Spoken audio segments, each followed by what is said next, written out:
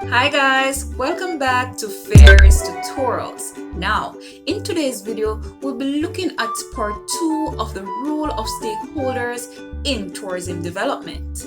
Want to learn more? Stay tuned.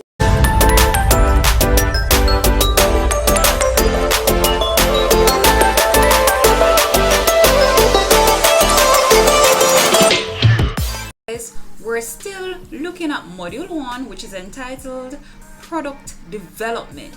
Still on content 1, which is the nature of tourism products and services, and we're going to look at the roles of stakeholders. Now, in the previous video, we looked at the role of the government, but in today's session, we'll be looking at the role of the private sector, non-governmental organizations, and also the role of the community. Now, let us look at the private sector. Who are the persons that makes up the private sector, right? Now, the private sector is part of a country's economic system that is run by individuals and companies other than the government. So any types of business or companies that is owned and run by any individual other than from the government is considered as a private sector. Now, let us explore their roles. Now, the main role of the private sector is to offer or provide services, right? And these services includes guiding services, travel insurance and finance services, and also marketing support. Good? So they're also responsible for providing amenities. Now, what are amenities? Based on these pictures that are listed here, could you be able to tell what amenities are?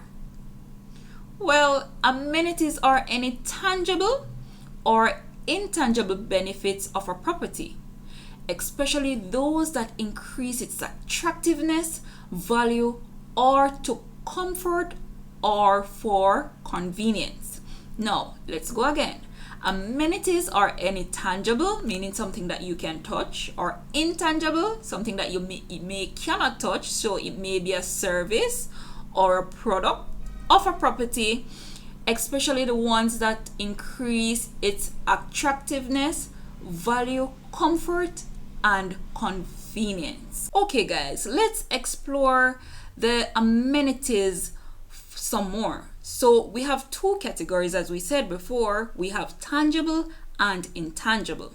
Now, when it comes on to tangible amenities, they might include the attractiveness of guest rooms, right?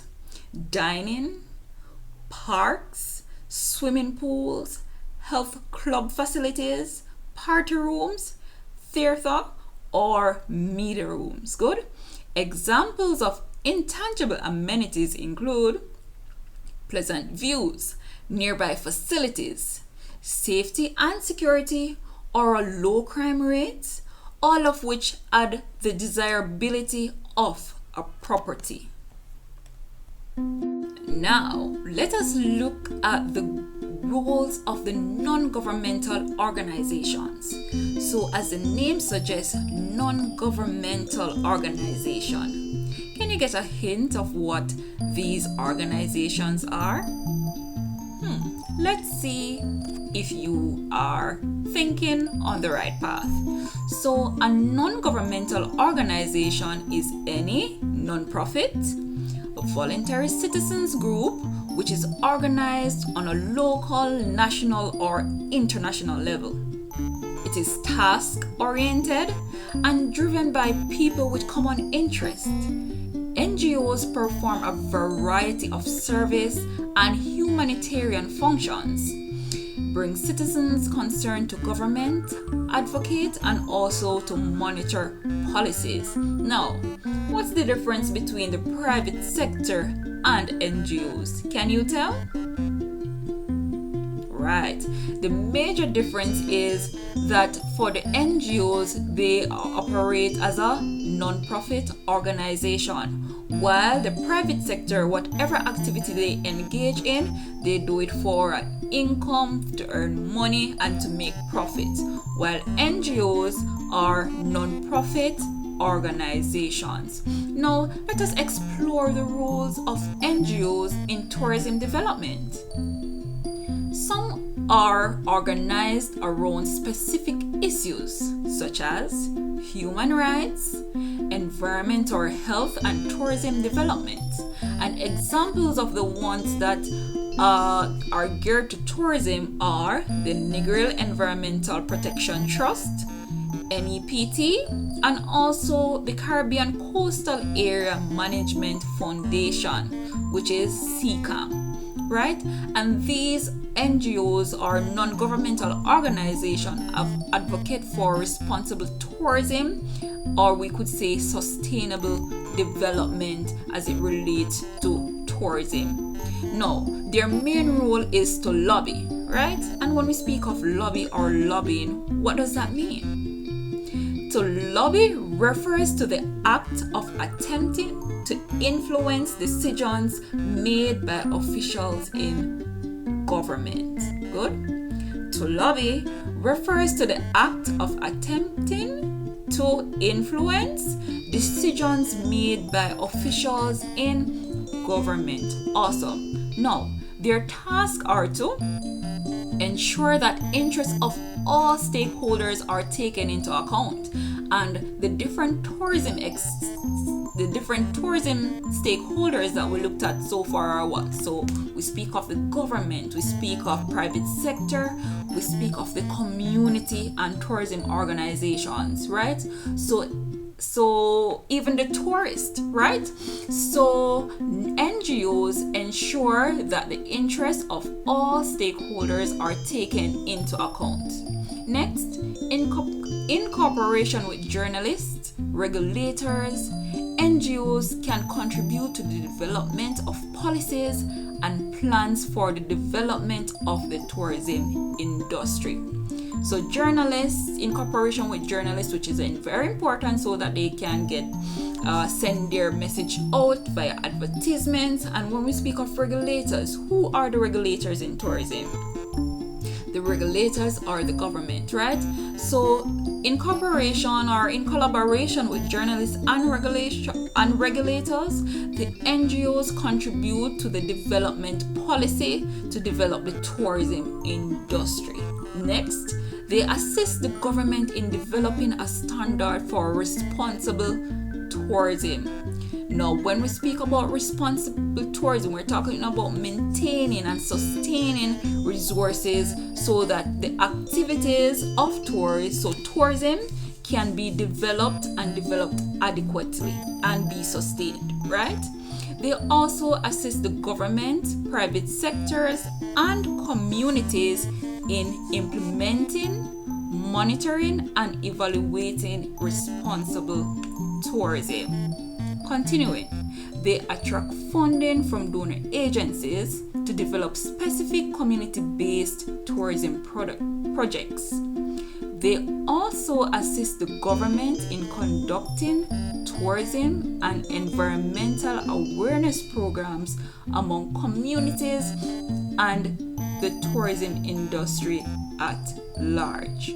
Also important to note, the liaise between the private sector and communities to generate more community involvement in the tourism sector and stronger private sector commitment to deliver education, training, and bridging courses to the local communities. Now guys, let us look at the role of the community and explore what part they have to play in tourism development.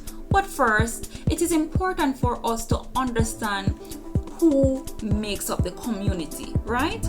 The term community refers to a group of individuals that interact within their immediate surroundings, right? Generally speaking, putting it in context now, a typical local community consists of business operators, right? Public agency staff and residents, and their interactions can include sharing of resources, information, and assistance, as well as the establishment of commercial relationships between local businesses and consumers. So the local community not only refers to residents but also the business operators and public agency staff that are included. Good. Now let us look at the role of the community in tourism development. The key role of the community is policy and decision making. Good. Now, to achieve sustainable tourism development, local communities need to participate in decision making process. Now, why do you think that they should be involved in the decision making process? Is it important for you? Because all of us are part of the local community. Why is it important for us to take part in decision making process? Good. Now, local communities can take part in identifying and promoting tourist resources and attractions that form the basis of community tourism development.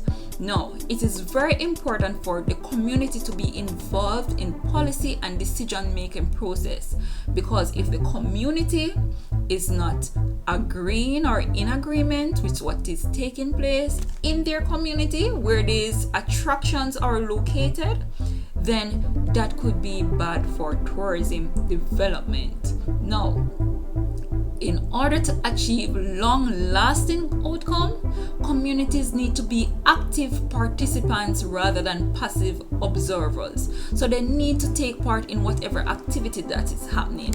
How can they take part? They can be employed, right? And the community also knows more about an area where a development will take place. So involving the community is very essential for tourism development. Now, local communities are regarded as important assets in tourism development, as it is within their premises that these activities take place. Local communities also regarded as legitimate and moral stakeholders in tourism development because their interest affects and affected by decision of key policy makers. Good? Now that we're at the end of exploring the roles of the stakeholders such as the NGOs, the private sector, and the community in tourism development, I think you should be able to answer these questions. Now, activity. Outline 3 reasons why the community is an important stakeholder. Good. Next, explain 3 ways in which government contributes to tourism development. And you can see the previous video for information on this. Good. State 3 differences between the private sector and NGOs. And lastly, list 3 tourism stakeholder groups. You're awesome! You've made it to the end of the video. Don't forget to subscribe and hit that notification bell so you can be notified when there's an upload. Most importantly, share with persons who you know will find this content useful.